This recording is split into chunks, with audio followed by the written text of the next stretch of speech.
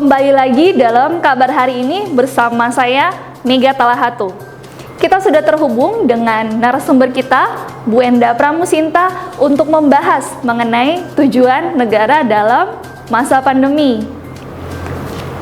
Oke, hai Bu Enda. Hai Mega. Bagaimana kabarnya hari ini Bu Enda? Baik Mega. Nah Bu Enda, untuk topik hari ini ya, tujuan negara sepertinya tidak pentingnya kita membahas dan tidak perlu untuk diketahui. Tapi sebenarnya penting kan Bu Enda? Betul Mega. Nah, untuk lebih lanjut lagi, mari kita dengarkan mengenai tujuan negara Indonesia sendiri. Setahu saya ada 4 poin ya Bu Enda? Betul Mega, ada 4. Yang pertama, melindungi segenap bangsa Indonesia. Yang kedua, memajukan kesejahteraan umum. Yang ketiga, mencerdaskan kehidupan bangsa. Yang keempat, menjaga ketertiban dunia.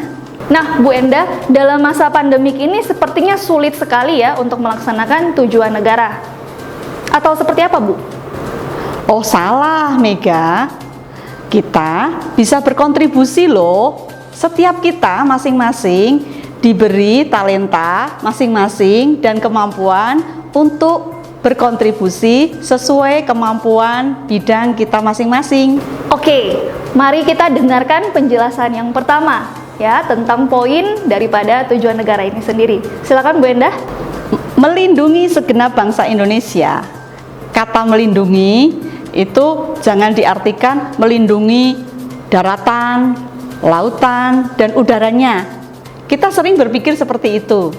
Tapi disesuaikan dengan kondisi saat ini bangsa Indonesia, melindungi yang harus dilindungi adalah rakyat Indonesia. Saat ini situasi pandemi melanda hampir di seluruh negara di dunia, termasuk bangsa Indonesia. Rakyat Indonesia saat ini sedang berjuang bersama-sama melawan bagaimana mengurangi atau menghilangkan virus dari bumi Indonesia. Wah, artinya kita sebagai generasi muda nih harus bisa untuk melindungi bangsa Indonesia sendiri. Lewat apa? Lewat tindakan kita sendiri. Nah, untuk lebih jauh lagi, kita akan membahas mengenai poin kedua, yaitu menjaga kesejahteraan atau melindungi kesejahteraan bangsa Indonesia ini sendiri. Oke, kalau kita berbicara mengenai sejahtera ya, sejahtera itu pasti berhubungan dengan materi atau uang ya Bu Endah ya. Seperti apa tuh Bu Endah? Bisa sekali. Kita bisa lihat memulai dari diri kita sendiri ya. Kita menjaga kebersihan diri kita. Setiap masing-masing dari kita berkontribusi menjaga diri kita dan menjaga orang lain. Kalau kita mencuci tangan, kita memakai masker, kita menjaga jarak, itu melindungi diri kita dan melindungi orang-orang yang berada di sekeliling kita. Oke Bu, jadi dalam masa pandemik ini sendiri, bagaimana cara kita untuk mempertahankan kesejahteraan bangsa Indonesia? Indonesia saat ini sedang berjuang bersama-sama mencapai kesejahteraan itu. Nah, dalam perjuangan bersama-sama ini, kita harus bersatu padu untuk mencapainya. Tujuan itu tidak mudah dicapai. Saat ini terutama situasi pandemi corona yang hampir terdampak di semua bidang kehidupan, kita harus menyadari diri. Setiap kita bisa berkontribusi. Ada banyak saudara-saudara kita di luar sana yang terkena dampak langsung. Contohnya, ada yang kehilangan pekerjaan, ada yang pendapatannya berkurang karena situasi sekarang ini semua perdagangan sedang turun, jual beli sedang tidak maju sehingga menghasilkan pendapatan yang kurang dari biasanya. Maka sebaiknya kita lebih bijaksana dalam menggunakan pengeluaran uang yang kita punyai saat ini. Oke Bu, tiba-tiba saya kepikiran nih, bagaimana sama kita atau teman-teman yang memang punya hobi dan dalam masa pandemik ini susah sekali untuk menyalurkan hobi kita. Nah, bagi yang punya hobi itu bagus sekali. Sekarang kita bisa lihat diri kita, hobi kita apa ya? Oke, saya hobi bertanam. Nah, tidak harus punya lahan besar loh. Kita bisa tanam tanaman sayuran-sayuran yang cepat tumbuh dan mudah kita rawat di rumah kita masing-masing. Kita bisa pakai pot. Contoh, kita tanam sayur kangkung. Itu mudah sekali, benihnya kita bisa dapat dengan mudah, perawatannya mudah, panennya juga cepat. Kita bisa memasak sayur kangkung dengan hasil tanaman kita sendiri. Begitu juga dengan yang lainnya, ya. Kalau punya hobi, misalnya menjahit, kita bisa membuat masker sendiri. Kita punya hobi yang misalnya yang berhubungan dengan digital, kita bisa menggunakan waktu kita yang banyak di rumah, kita bisa explore, kita bisa belajar banyak hal. Oke Bu Endah, kita langsung ke poin yang ketiga ya, tentang bagaimana cara kita sebagai bangsa Indonesia ini tetap ya membantu untuk mencerdaskan kehidupan bangsa. Mencerdaskan kehidupan bangsa, mood kita saja untuk belajar sangat sulit ya.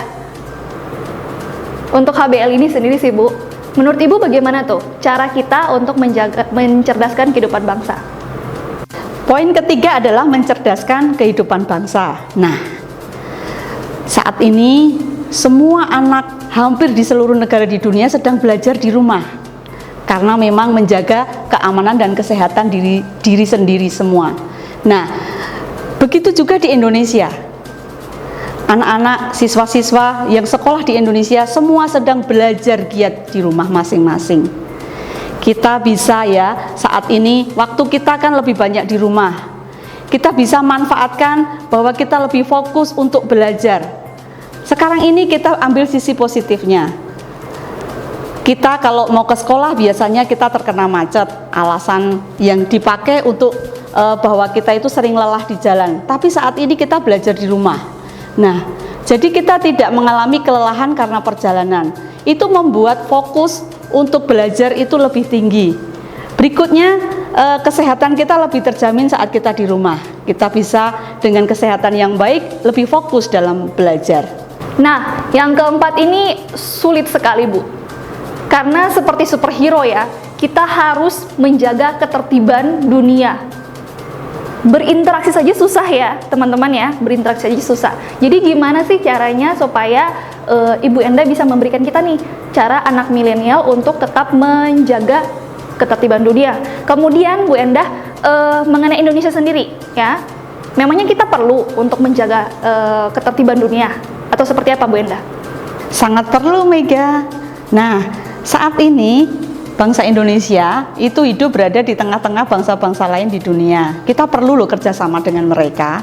Ya, terutama dalam situasi pandemi saat ini, bangsa Indonesia sangat perlu bekerja sama untuk menemukan vaksin virus COVID-19 ini.